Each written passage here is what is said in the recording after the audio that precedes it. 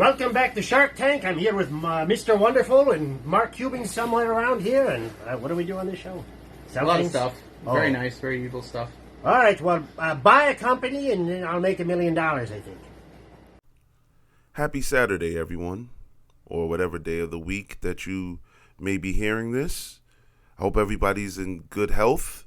Everybody's feeling great. And welcome back to the Smart Tank Revolution, where we always kick out at 2. I am your host, the benevolent, intelligent Mr. Donnie Wonderful.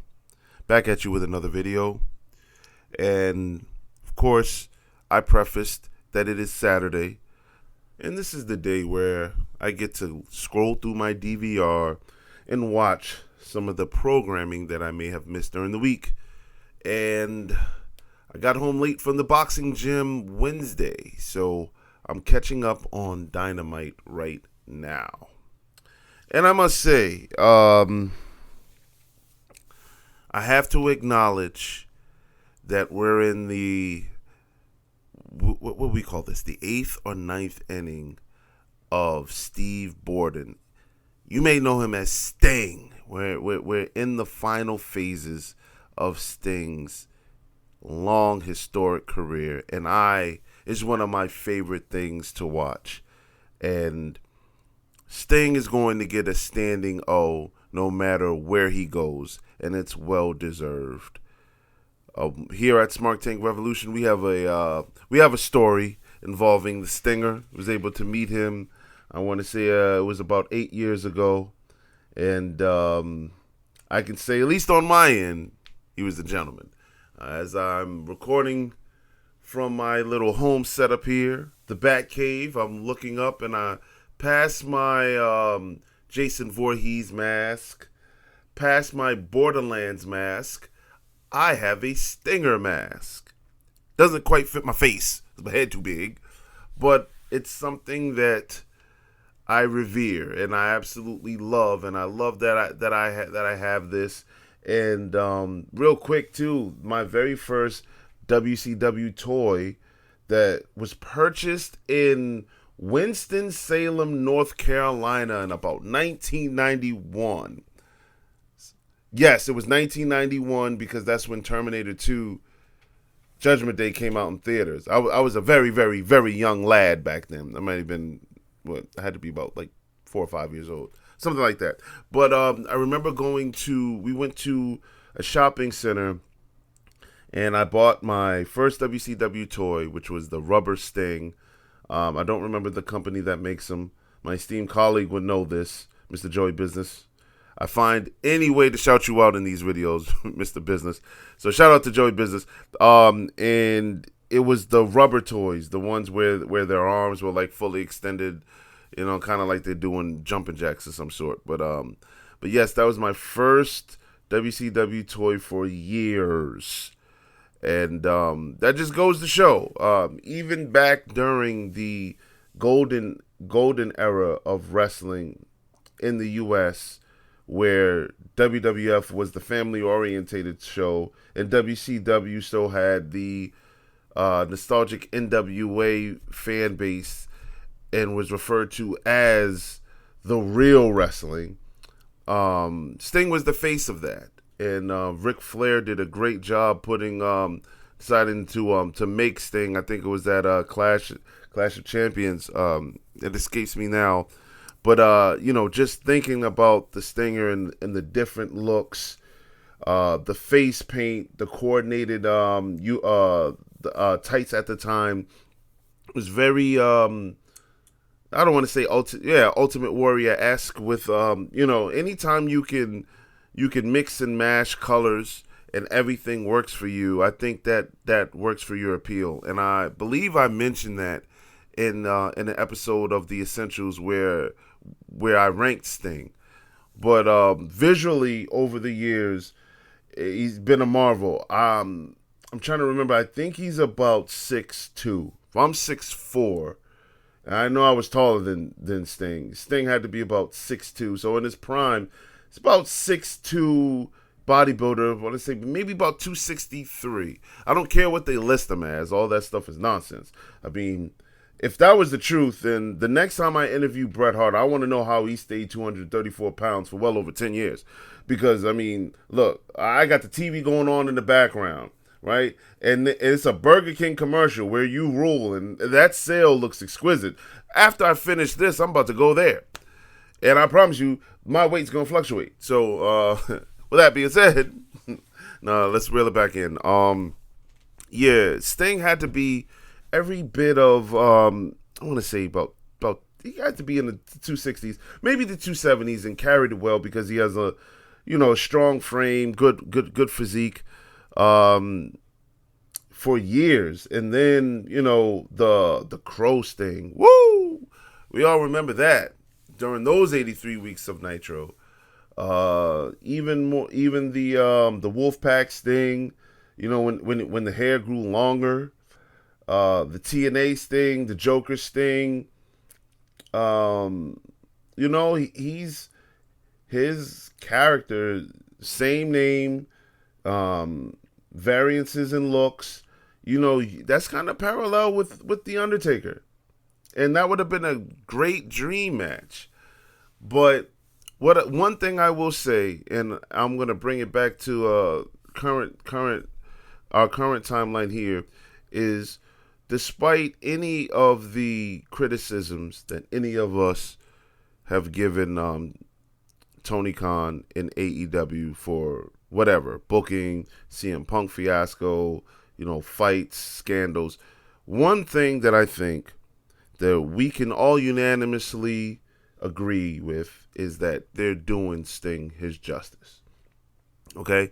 And this right now is Kobe Bryant's last year in the league, Jordan's last year in the league, putting Sting up there in that status because he deserves it. He's put in the years, and by golly, he's 65 years old. 65. Did you all see him give the Scorpion Death Drop from the balcony on tables? He's 65 years old. This is amazing. More on that later, because I'm going to tie that in with Darby. But I am totally enjoying, this wrap-up season, we would call it. It's the season finale of Steve Borden, a.k.a. Sting, and I love how it was announced. I love how Ric Flair is there, and I love that every time he's on television or every time he's in the ring, I love how it's being emphasized. And I'm gonna say it. Sting, we're gonna miss you, man. And thank you for the years that you've given to this sport. Class act, just great to watch. And we don't talk about Sting enough or praise him enough on this channel, but that's another wrestler who you can go back. Let's just say, I'm going to pick a random year out of my head, 1995. Pick a random match out of your head. Sting versus Ming. That rhymed. All of that is still very entertaining to watch and a beauty. And, the only thing that I'm not going to concede is the sharpshooter is going to be the sharpshooter. I'm sorry. I'm a Bret Hart mark. So there you have it. So I also want to mention Darby Allin. Now, a few months ago, I posted a video on this channel saying something along the lines of why I'm a fan of Darby. Why are we all enamored with Darby? I don't think Darby Allin has a single detractor in the world of wrestling or in the world of smarks as far as us being a fan of his. Our only detraction is that this man clearly doesn't want to wrestle in the next 10 years. Darby's always diving off of stuff. Darby's always putting his body on the line. They're flinging this man around like he's a rag doll. And I know he's listed as 170, and I can believe that. But man, this man doesn't care about danger. And I know the backstory, and I know it.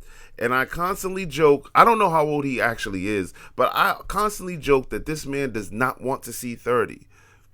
So, just like with Sting, Only we know that this is his season finale. I can promise you, if Darby keeps diving off of stuff and keeps putting his body on the line like this, one of these Dynamite episodes or pay-per-views is gonna be his farewell.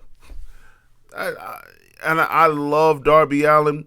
If I were to interview Darby Allin, we had a chance to meet him. He was in the New England, or scheduled to be in the New England area. Rhode Island Comic-Con. But unfortunately, that conflicted with Collision.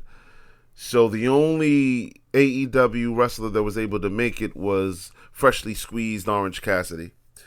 But one thing that I've been dying to ask Darby Allin, I want a reference to your insurance policies. Or do you have a life insurance policy? Or how about this? I wish I had a daughter that I can offer to Darby Allin. And I would strongly encourage her to get a life insurance policy on him because he's playing with his life with all of these bumps that he's taken. My God. I mean, listen, I'm already a fan. We're already fans, Darby. We would love to see you wrestle well into your 40s plus. And in 2024, 40 years old isn't old with all the modern technology and modern medicine. Especially with the ways that the new methods that we can use to personally upkeep our own bodies. You know, you go vegan. You know, there's all kinds of things that you could do dietarily to add years or to kind of pause Father Time. But Darby, you are playing way too recklessly out here. You know, it's not, I mean, look, I get it. He's the daredevil, you know? But come on, Darby. Come on, Darby. One more thing I want to touch on. And I hope I don't go too long on this tangent here. But the end of Dynamite, spoiler alert if you haven't seen it, Sting was, I'm stalling because I'm trying to remember it. I literally just watched it. Well, damn it. Anyway, Sting and Darby, they were successful. Gosh, I forgot who they wrestled. Good Lord, already that quick. Well, shows how memorable it was. But anyway, the one thing that I do remember is Revolution. You know, they wanted to know who he's going to wrestle last. And then the music hits. And out walks Nick and Matt, the Young Bucks. I am a fan of the Young Bucks, have been a fan of the Young Bucks, just haven't agreed with how they essentially fumbled one of the greatest opportunities for AEW. And not a fan of how can I say, I don't want to call it media tampering, but I guess, because I don't think they did it intentionally, but you can tell what side of the narrative that, I don't want to necessarily accuse Dave Meltzer of playing one side of the field. I'll let Jim Cornette and Brian Last do that. But nevertheless, I think it's pretty evident. So, and I think really what grinded my gears is when somebody's professional enough to say, hey, listen, I might not like you, but I am professional enough to actually want to come to a respectful resolve, and you blow that off. To me, that was very classless, because again, that's taking it personally when a decision was made by CM Punk to help this company, which you also work for and you're also a VP of. So I wasn't necessarily a fan of that, and I don't think the AEW fans were either, because the Young Bucks have been catching hell. But I'm ready to forgive them. I want to try to forgive them, and I think that this is a good opportunity to do so. I want to see a really good match, and I think that this is the opportunity for them. This is huge. Sting's last match with Darby, this is huge. And Nick and Matt answer the call. And I think it's pretty even. Now, everybody's small in this case. Everybody, we have the Hobbits wrestling. No, I'm joking. But I just think aesthetically it looks great. Even though Sting is taller than everybody else, you have to factor in that he's also 65, and not that the mobility is limited, but is like, hey, like youth isn't on his side, so it makes it an interesting pairing. I'm curious to see how many super kicks will be attempted in this match, and how many cutters are performed from the top rope or whatever. And you know how the Bucks are. And one thing I'm going to say now, because I know this is going to happen to Darby, because it's a potential career-ending spot. That apron spot that I hate. Do not do that to Sting. I know it's going to happen. I have a feeling it's going to happen. I have a feeling that tables are going to be shattered. And I just think that Darby is going to be the sacrificial lamb. He's going to put his body on the line. Something crazy is going to happen. A dive off the stage. It's going to go a half an hour. And I'm just so scared. I am just so scared, but curious at the same time. Like you see the train approaching. The car didn't stop in time, and it's, you want to jump out and try to help, but I don't know. I have no idea, but I really just wanted to cut this microphone on and just talk to you guys and say I'm excited about this last run for Sting. I'm happy that we're able to witness it. The Young Bucks being the pick for the last opponent is interesting. I'm curious to see what promos and how they're able to market this thing. It seems as if first of all, hold on. I hate how they just shave their beards. Nick not so much with Nick. I'm used to seeing Nick bareface. So when Nick had the beard, it was like, oh, okay, But Matt, man, come on, hey, listen, you need your beard, bro. You need your beard. Like, the both of you all walking around with just the mustache and the trench coats. Oh, man. Like, if they're... Oh, good Lord. I said, what in the pedophilia is going on here? No, just joking, guys. But, yeah, it's an interesting choice. I'm hoping that if everything works out well... of course, Sting and Darby are going to get the major pops. The Young Bucks, they'll likely get booed out of the building, and I hope that they're able to stay heel the entire time. Last thing I want to point out, this seems like the Montreal Screwjob revisited right here, which is different scenarios. This is Montreal Screwjob 2.0, following Wembley. And following the Fallout and All Out.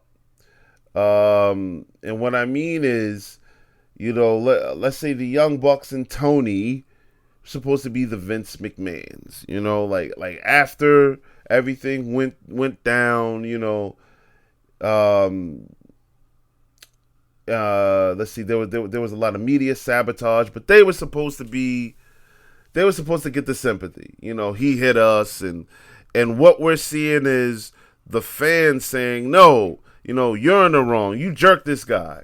So now you got to go with it. So this is the Mr. McMahon character opportunity for everyone here. Tony's not a wrestler and never been a talent, but for the Young Bucks, let's go ahead and go full heel. It's easy heat. And I hope that, AEW booking / Tony, I hope that you all take advantage of this. And please plan and book effectively. I'll be watching. Thank you for listening, y'all.